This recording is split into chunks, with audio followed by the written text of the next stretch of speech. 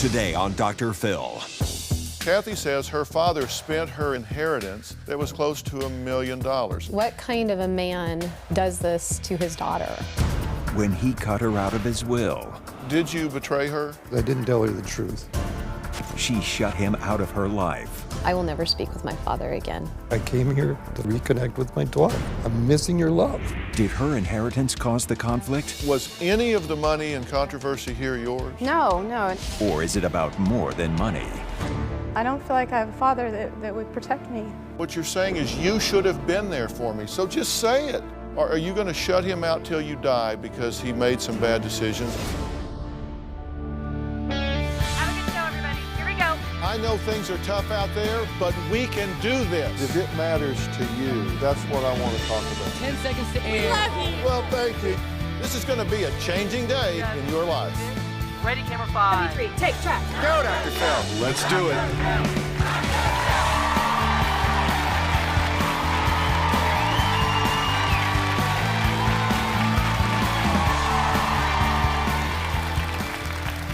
Well, today we're talking about a 5-letter word that can many times come between loved ones and divide families forever.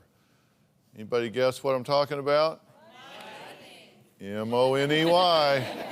You bet, money. From battling over inheritance to what's fair when it comes to prenuptial agreements, we're taking on some of the biggest and most controversial money fights. Now, see these 2 empty chairs here? They represent a father and a daughter who've had their relationship ripped apart over an inheritance worth close to $1 million. Take a look. My father gave away close to $1 million to my brother. I am left with no inheritance. This was not the intention to take my daughter's inheritance away from her. I invested in real estate with my son. At the time, it seemed like a good idea. I didn't tell my wife and my daughter that I was spending this much money. My father forged checks totaling $58,000 out of my mother's account, cashed out $502,000 in stocks, took a $200,000 equity line of credit out on their home without my mother's knowledge. My father stole my son's college funds, totaling $69,000. It's one thing to do something to me. It's another thing to do something to my children. She felt that she equally deserved the amount of money that her brother got. I want to know, how could he give all that money over all those years to my brother, and where is it now? What kind of man leaves his daughter out to dry? I certainly wish my daughter would understand that I love her as much as her brother. If Ed does not tell Dr. Phil the truth, I will never speak with my father again. I'm done. Well, so it seems to be an important conversation we're getting ready to have. Kathy says her father's dishonesty has dramatically changed their relationship. I worship the ground that he walked on. Now, the relationship between Ed and I is non-existent. I don't think he deserves to be called Dad. I refer to him as Ed. I absolutely cannot handle the lies and manipulation. When he calls and I see his phone number, I start shaking. I've changed my number a couple times and not given it to him, and I've blocked him from my email. I don't want to see a written word anymore from him because it means nothing to me. This has completely devastated and changed my life. What kind of a man does this to his daughter? Well, Ed admits that he betrayed his daughter, and he says he's apologized for that. But Kathy has still not forgiven him. I certainly apologized to Kathy about what I did. It's very difficult to have a relationship. There's a lack of trust. I would like her to learn how to trust me again. I miss the grandchildren. I miss my daughter. I would like to have a relationship we had before. I feel like I've failed as a father. There's certainly a hole in my life and my heart. Okay, tell me why you want to be here. I want an answer from my father. Why? Why did he give everything to my brother and nothing to me? Why did he lie to me? And how could he look at me and go on camping trips, play golf, come to my house, go to Christmases, and lie to me? Okay, and I'm going to get to you in a second and ask the same question here, but I really believe 80% of all questions are statements in disguise. And when you say, why did you do this? Why did you do that? Aren't you really saying you shouldn't have done this, you shouldn't have done that? Yes. I mean, you're not really, I mean, this isn't really a question. You know there's going to be some explanation, and whatever it is not going to satisfy you. Because you're not asking a question. You're saying, you did me wrong. You shouldn't have done this. Right. True? True. I'm just trying to cut to the bottom line here because I've got one goal here and one goal only. It doesn't have anything to do with making a television show. It doesn't have anything to do with playing lawyer or trying to get the money right, because I'm not a lawyer and I can't get the money right. The only thing I care about is this family relationship here. And I think it's terrible, the state that it's in. Ed, why did you agree to be here? Why am I here? The reason I'm here, my daughter gave me an ultimatum that this was the only forum that she would talk to me about in. So I'm here for that reason, because I certainly desire to have a relationship with my daughter and my grandchildren. Did you betray her? I betrayed her because I didn't tell her the truth. That's how I betrayed her. I've got bones to pick with both of you in this thing, actually.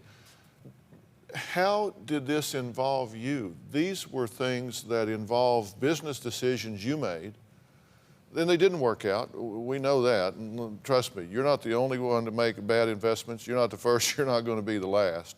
But this had to do with his relationship with his wife, who's, of course, your mother. How does that involve you? Because was any of the money and controversy here yours? No, no. In fact, I've always stood on my own 2 feet. My father, you know that. I've always prided myself in trying not to borrow money or ask for money, and if I did, I would feel bad that I asked, and that is part of the betrayal, because I did ask to borrow some money for some legal fees. I don't feel protected by you. I don't feel protected, and that's a part of the betrayal. One time I asked to borrow money, and you said, no, you didn't have the money, and I looked back in records, and that very same month, you had given my brother $17,310. But why would you not let me borrow less than $1,000? It's not about the money. It's about protection and protecting your daughter. Okay. Well, I do believe I did give you some money, but it was not the way I'd like to give you more money to help you out. I was standing in the driveway. I was getting into the car. I was getting ready to drive to the airport. You said no. My mom went inside. She got a yellow checkbook, which I now understand that she had inheritance. I didn't know. I never got involved in your money. And she wrote the check for me. She signed the check. It was from her inheritance account. All right.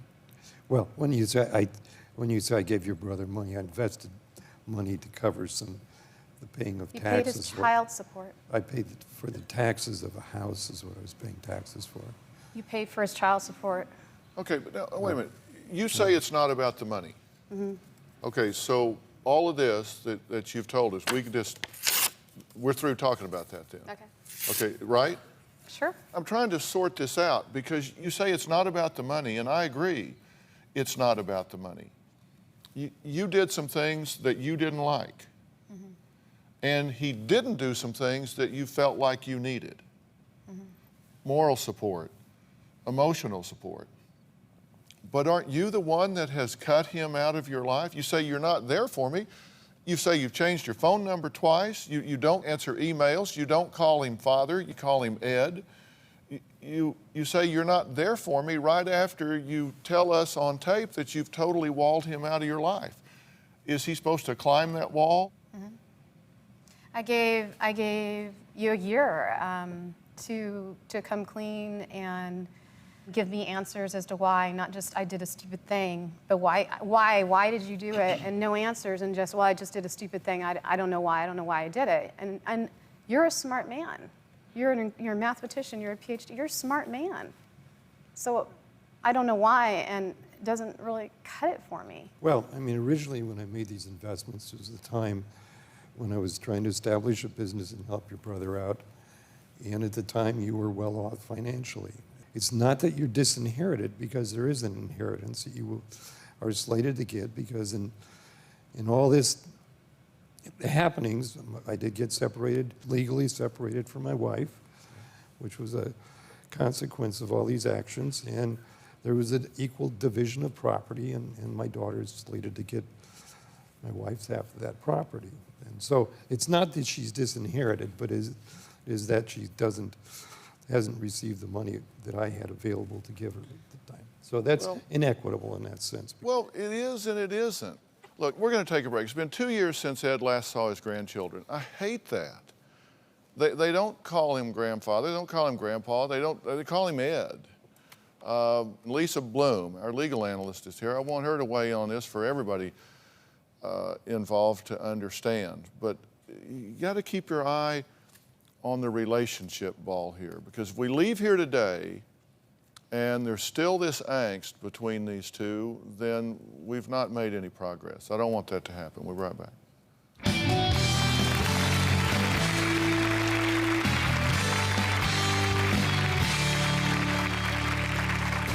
The hardest thing about this is my children. He can do what he wants to me, but if he's gonna hurt my kids in this way, it's horrible. My children feel enormously betrayed by him. Ed is dead to them.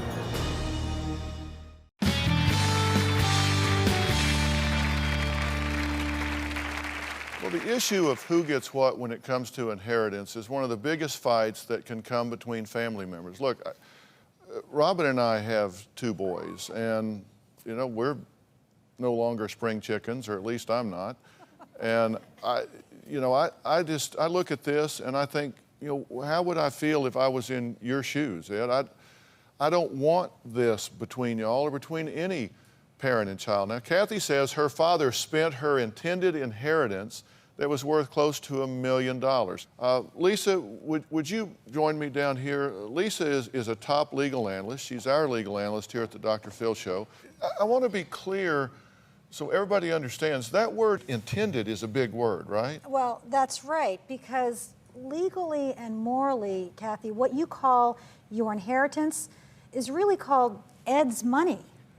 Your inheritance only comes to you, of course, once he is deceased. And so during his lifetime, he's entitled to spend his money as he sees fit. Now, I understand there's an issue between you and your wife, who you're separated from now, but that's been resolved as between you and her. And look, I'm a single mom too, and I have kids in college, and I understand the pressure of paying for college, but I don't see how you thought this was your money to begin with, how you had a sense of entitlement to the money, such a strong sense of entitlement that you would cut your dad off. I have never had a sense of entitlement to anybody's money. What is it that you object to here? You say that he has squandered your intended inheritance with your brother.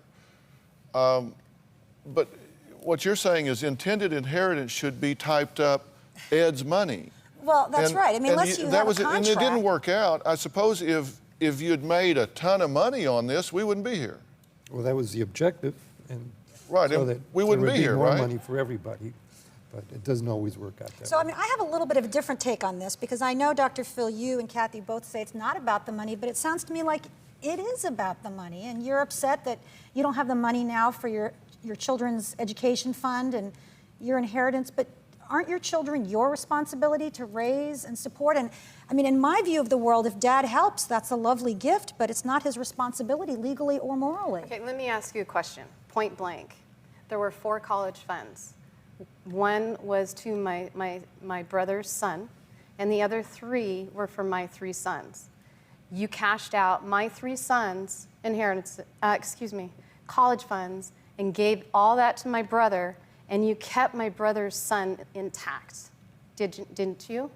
Well, didn't you? At the time, I was asked to divest those college funds for a legal reason by you, and then they were commingled with other funds. Absolutely not. Absolutely not. That is absolutely not true. Here's the thing, and listen, the reason I'm focusing on this is because we've got to get past it if we're going to say, okay, where do we start from here? Now, you said that there was a dispute between Ed and his wife, your mother, and that had been resolved as to them, at which time your eyes said, that's not true.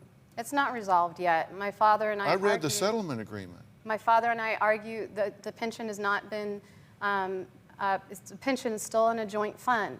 Has not been distributed properly yet. But let me ask you something, and I'm not trying to play boy lawyer here. I've got my counsel right here.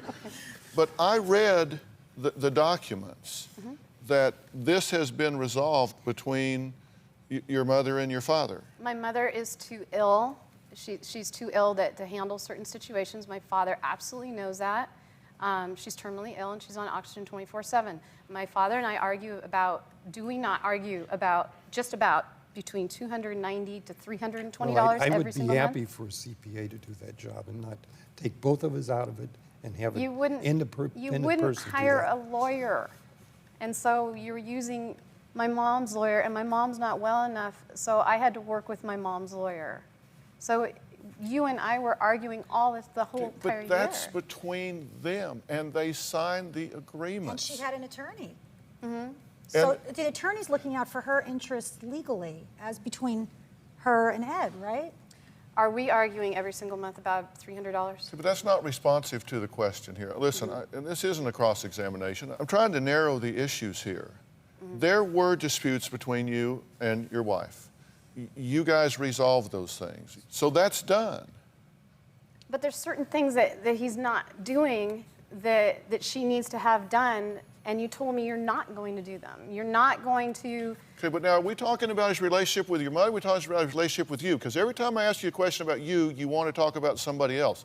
This is between Ed and your mother. Now, do you care about your mother? Yes. Are you a self-appointed protector and guardian of her? I hope so. I mean, your daughter, you love her. I get that. I really do.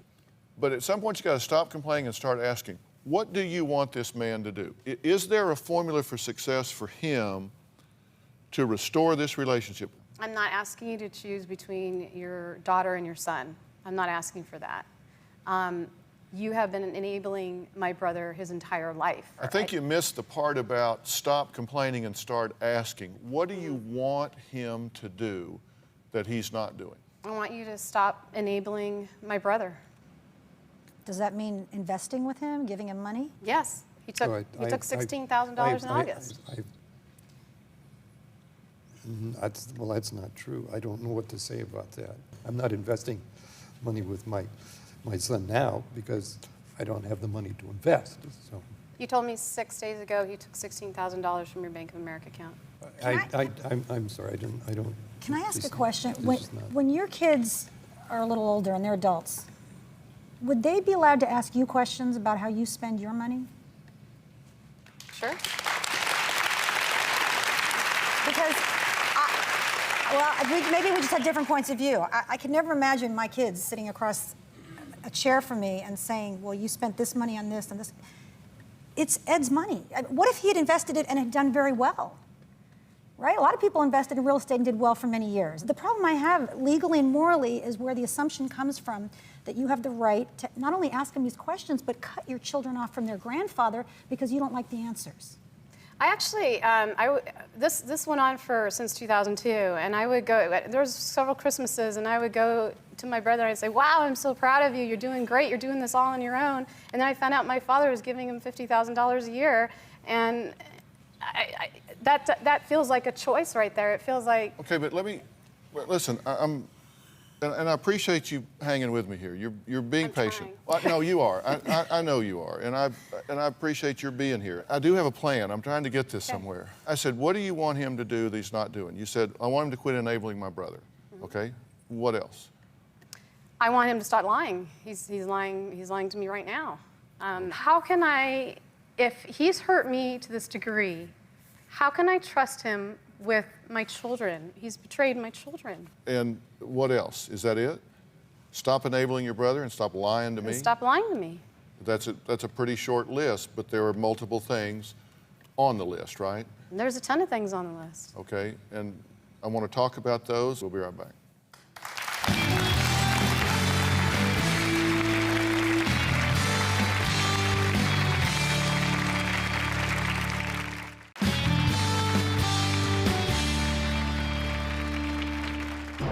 I want to know, how could he give all the money away and where did it go? I cannot handle this emotionally any longer. If anyone can get the truth out of Ed, it's going to be Dr. Phil. When it comes to money, you can never put a price tag on the value of family, although some people seem to. Ed claims that his daughter, Kathy, is more concerned about her inheritance than her relationship. Now, I'm going to start asking your dad some hard questions here in just a minute, or as you call him, Ed. But you've got to own what you have to own about this. You are jealous of your brother. You are bitter about the fact that he's done things with him that you wouldn't want him to do. And you feel like that he has shown favoritism with him. You said he cashed my boy's college funds, which is still Ed's money, by the way, and not your brother's kids. That's not right. That's not fair. That's not equitable. I agree with that, but let's call it what it is. You resent that, do you not? Am I jealous of my brother? Have I ever been jealous of my brother? Ever? Well, Ever? I don't think you are. Never. Look, I am not jealous of my brother. Do you want to use the word resent? I'm afraid. I'm actually afraid of my brother. Well, we can play semantics all day long if you want to, but he is doing things with your brother that you believe to be at your expense. He's doing things with my brother that are to a lot of people's expense. Okay. You don't want to own any of this, and you can't change what you don't acknowledge here. Look, what has happened has happened. Did you make bad decisions? I made some bad decisions. Yes. Did you betray your wife's trust by doing things without getting her permission, her agreement to those That's things? correct. Pardon me? Yes, I did. Yes, you did. What do you need to hear him say that he's not saying? How do I get over, 10 years or more, I don't know how much lying went on. I had so many conversations with you where I was like your sounding board and I was very empathetic with you and I would listen to you. And those are all the lies. That's all the betrayal. It's not the money. It's none of my business. The money has never been my business. However, when in 2007, I had to walk into the courtroom on my own and you wouldn't fly up there to come with me, to be there for me. But you're not asking a question. What you're saying is, you should have been there for me. So just say it. Don't ask the question, how do I get over it? Say, you should have been there for me, and you weren't, and that hurt me. Why were you not there for me? I would like to have been there at the time. I was dealing with some strong personal, emotional problems that I had to deal with, and I was not able to come up at that time. 6 days ago, I told you that... Wait a minute. Don't ask the question, get an answer, and then just move on. You're not...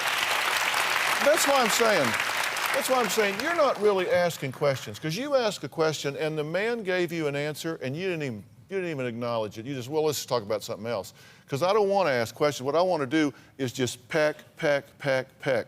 He answered the question. At least respond to the man. I guess I don't believe very much. Okay, then say that. You're asking, how do I get past this? This is how you get past it, by me bringing you back to the issue. You won't deal with the issue. All right, next, the one thing that Kathy needs from her father that she is not getting.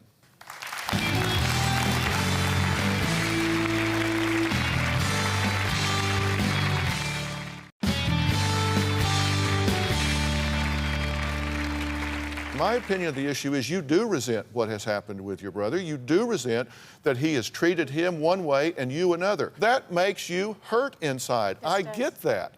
But you say, oh, no, that's not true. I don't feel that way. You do feel that way. Well, I think I was responding more to what you were saying. That's their money. It's not yours. And I acknowledge that. Of course it is. You acknowledge it intellectually, but you don't acknowledge it emotionally.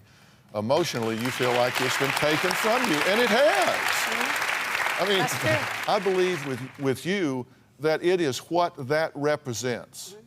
That he invested is a good word. He invested with his son, and he is not invested in his daughter, not money-wise. You've been in some tough stuff where you need a dad to step up there and say, come on, let's walk up these steps to the courthouse together. Come on, girl, I got you right here. Yes. And that's what you needed, and that's what you didn't get. And you want to know how to heal this relationship. You never get through parenting. No, I realize that, and it's sad. And I feel... But what do you hear her saying she needs from you? Well, she needs some love and support. And unfortunately, I'm not being able to give her that love and support because I don't have access to her. Do you want access to her? Yes, I do want access to her. What role do you want to play in her life? I mean, you've apologized for the things that you acknowledge that were bad decisions. You've acknowledged that she has some key points here, but she's sitting before you now and says, you know, I need my dad. I'd like to be able to help her emotionally. I'd like to be there for my grandchildren. If there's some way I can step into your life and repair the damage and find a way to be together. That's the reason I came to sit here. This was about the last thing I expected in my whole life to ever be doing. I agree. I came here to find a way to reconnect with my daughter. I wouldn't be here otherwise. Tell her what you want. And I would certainly like us to find a relationship like we had before, where we could be together and you could feel the support that I hope you once felt. Do you miss her? I certainly do miss her, and she's a darling of my heart. What do you miss about her? You know, fathers and little girls are real special, and Tell her what you miss about her. well, I just miss, you know, sitting down and talking to her. I miss. No, tell her. Don't tell me. Tell her. Tell her what I miss about you is. I miss going camping with you. I miss talking to you. You know, I miss talking to you about your problems. I'm missing your love and the love of the grandchildren. And, you know, I certainly would like to be able to move back to where we were at one time and be able to go on with our lives. Life's short, that I know. So I miss you dearly. If something were to happen to your dad, God forbid, and you put this DVD in your player and watched it and heard what he just said, what would you wish you had said to him?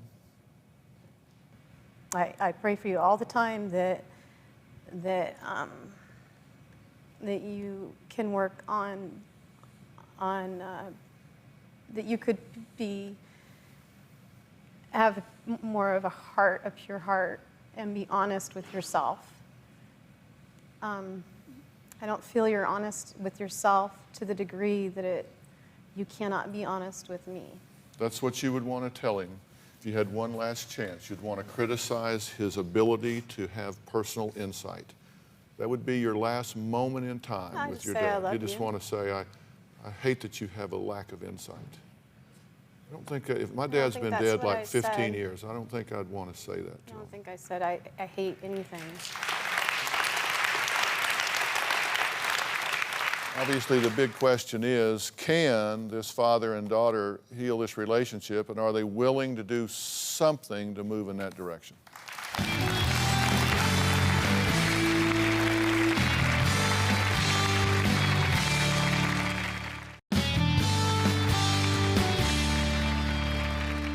You know, the past is over. The future hadn't happened yet. The only time is right now. The only place is right here. Is there something that you want him to admit that he hasn't admitted? It's just one core issue. I don't feel protected. I don't feel like I have a father that would protect me. Well, that's sad. I mean, you have said that before to me. To be able to protect you, I'd have to, you know, be able to be in your life, and I'm not really in your life right now.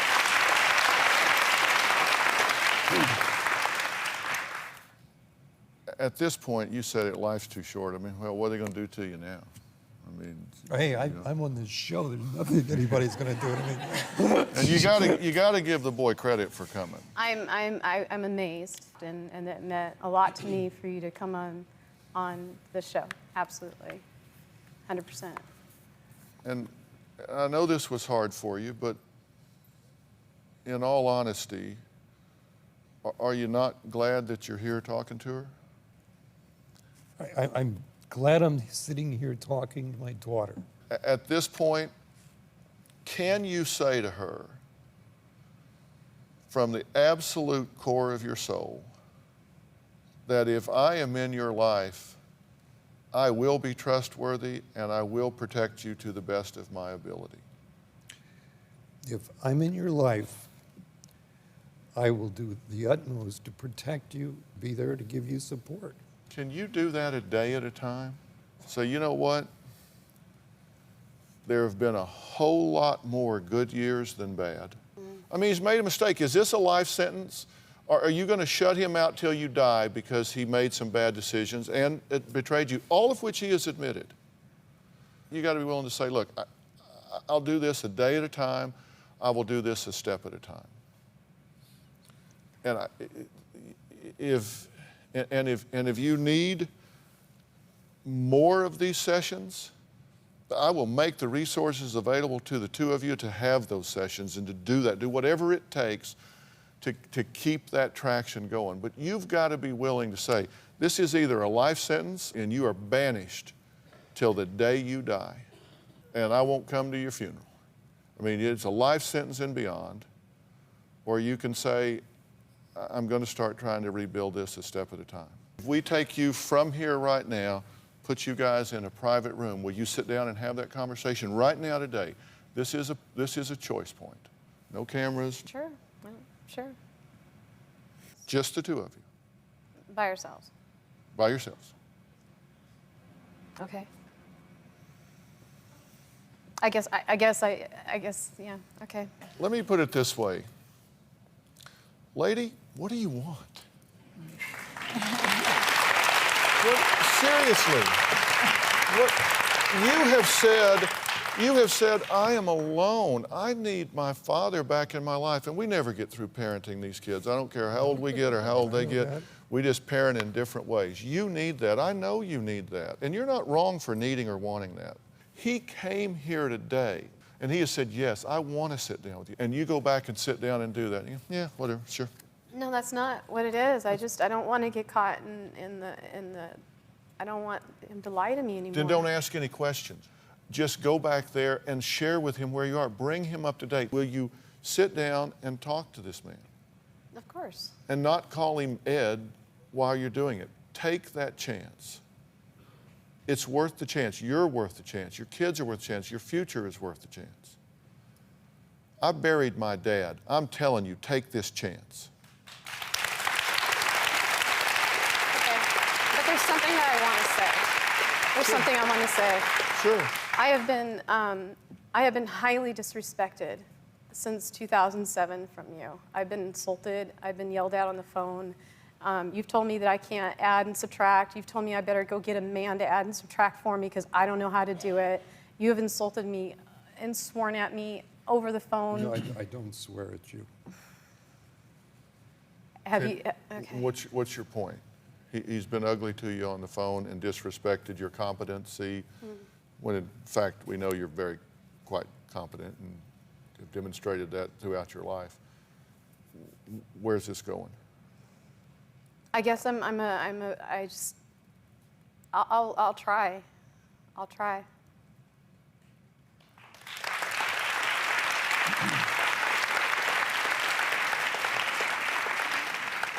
All right, when we come back, we're going to talk to a woman who wants to know if she's entitled to more money than her prenup states. We're going to find out more details about that after the break. These guys are going to head off. Thanks.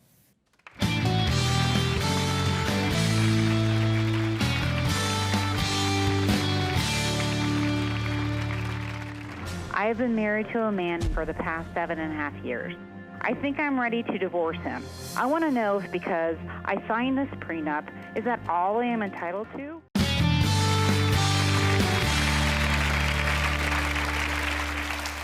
We've been talking about bitter family disputes that seem to be centered on money, and I really hope all of you at home listened to a lot of what I had to say and what Lisa had to say about this sense of entitlement. My next guest, Stacy, wants to know if she divorces her husband, will she be owed more than her prenup stipulates given her unique circumstances? Take a look at this tape and then we'll talk to her.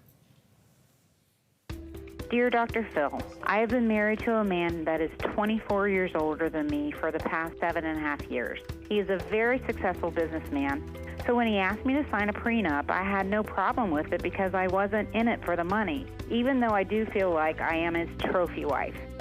The problem is I recently found out that he has been looking at things on the computer that I am disgusted by, and he's been hiding money from me in secret accounts, and I am not in his will. I think I'm ready to divorce him, but the prenup states that I only get $20,000 a year for 5 years. I want to know if because I signed this prenup, is that all I am entitled to? Or do his lies and my giving up my career for him entitle me to more money? Sincerely, Stacy. All right, Stacy is with us on the phone. Stacy, is this a sustainable marriage in your opinion?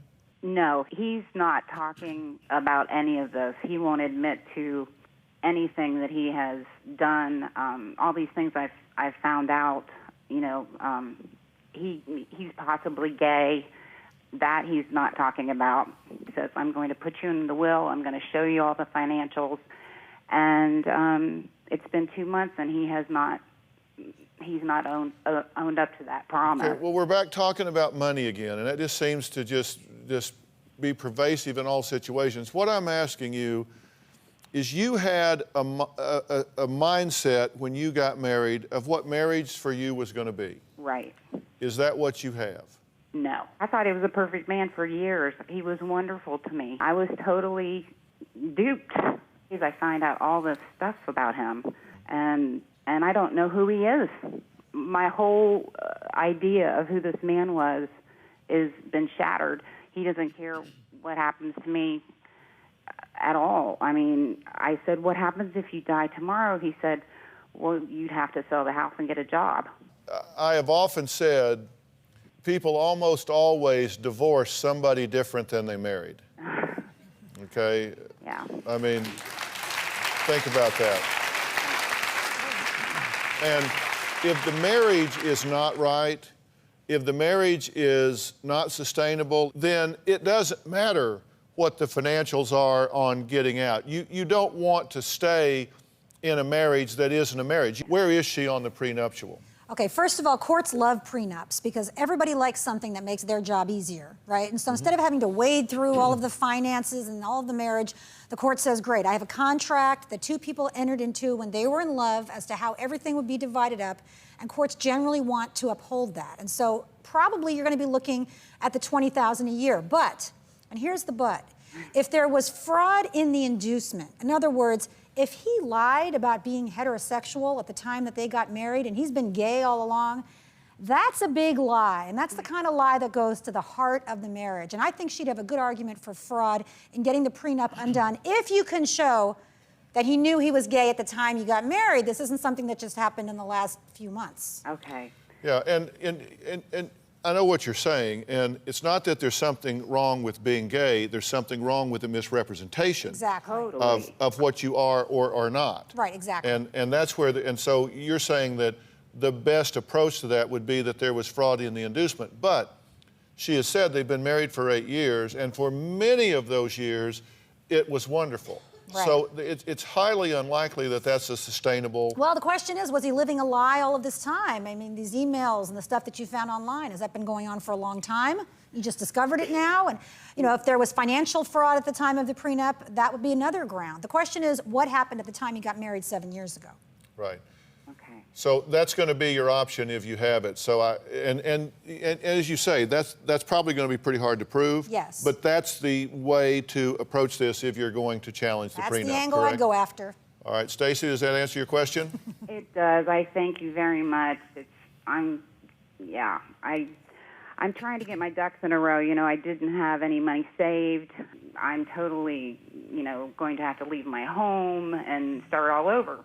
And it just doesn't seem fair. And I do know I signed this prenup, but I didn't know that he was this person. And that's the key, what you didn't know. And so hopefully you'll find that something you can talk about and pursue. Stacy, thank you. Thank you very much. Now, it's interesting. These prenuptial agreements got everyone buzzing on my Twitter page. I posted this tweet just yesterday or the day before. I was working on this show. I work on these at home and work on them way in advance. And I put this up. I said, hey, ladies, how do you feel about prenups? If you married a guy with big bucks, would you sign or would you be offended at the request? And if you had money, would you ask? How'd you get all that on your Twitter page? Well, count it. No, that's 140 characters. Count them up. Okay. It comes out dead zero. Count it, because I go back and make it fit. You're one of those guys, right? Okay. Here are some of the responses, and I have to say, women were really divided. One said, I'd be upset. I believe marriage is a lifetime commitment. One said, I'm going through a divorce now, and I wish I had one. Another said, I would sign it because I'm in it for love, not money. One said, he shouldn't ask me to marry him if he thinks I'm going to run off with his dough.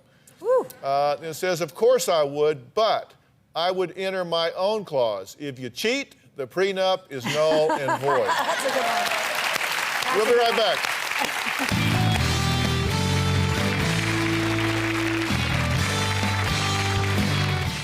Well, I want to thank all of my guests today. We've been talking about these things because they're so important. And let me tell you, everything comes and goes, but family is so, so very important.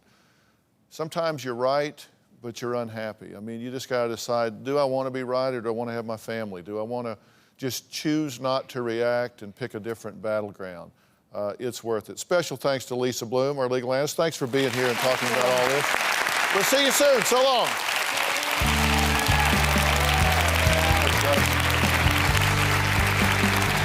See y'all. Bye-bye. Thanks. See y'all.